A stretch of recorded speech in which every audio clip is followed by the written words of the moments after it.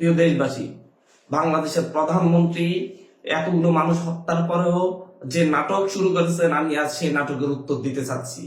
উনি গতকালকে বলেছেন, খুব আফসোস করে বলেছেন, এতগুলো মানুষ মারা গেল, এর দায় কার? আমরা ছাত্র সমাজ স্পষ্টভাবে বলতে চাচ্ছি, এর দায় একমাত্র আপনার, প্রধানমন্ত্রী একমাত্র আপনার। আপনি যদি মনে করেন বারবার মানুষকে হত্যা করে, ছাত্রদেরকে হত্যা করে আপনি পার পেয়ে যাবেন, তা হবে না। আপনাকে অবশ্যই এর দায় নিতে হবে।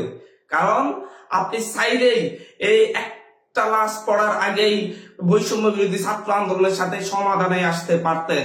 আমরা কি চেয়েছিলাম? কোটার সংস্কার চেয়েছিলাম। আপনি কেন আমাদের সাথে বসেন নাই? আমরা 1.5 মাসের মতো রাস্তায় আন্দোলন করছিলাম, কোনো সংঘাত হয় নাই। আপনি যখন থেকে সংঘাতের উস্কানি দিয়েছেন তখনই সংঘাত হয়েছে। আপনি তার আগেই তো আমাদের সাথে বসতে পারতেন, বসে আলোচনা করে সিদ্ধান্ত নিতেন কি করা যায়। কিন্তু তা না করে আপনি এই দেশের শত শত শিক্ষার্থীকে হত্যা করেছেন। তারপরে যখন দেখেছেন পার পেয়ে যাচ্ছেন না, তখন দাবি মেনেছেন। বলতে চাচ্ছি যে এই দায় একমাত্র আপনার। নাটক করা বন্ধ করুন। আপনি মেট্রো রেলে গিয়ে কাঁদেন, হসপিটালে গিয়ে কাঁদেন, সব জায়গায় গিয়ে কান্না করেন, আমাদের সমস্যা নেই।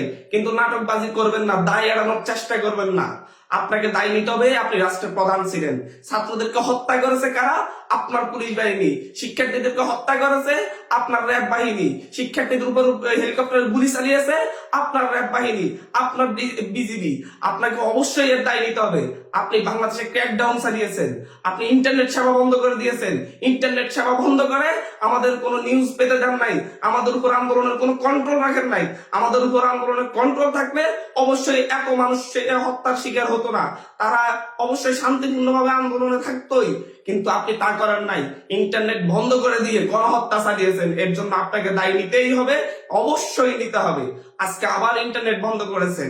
আজকে যদি আর একটা গুলি চলে, মাননীয় প্রধানমন্ত্রী ওই গণভবন আর আপনার থাকবে না।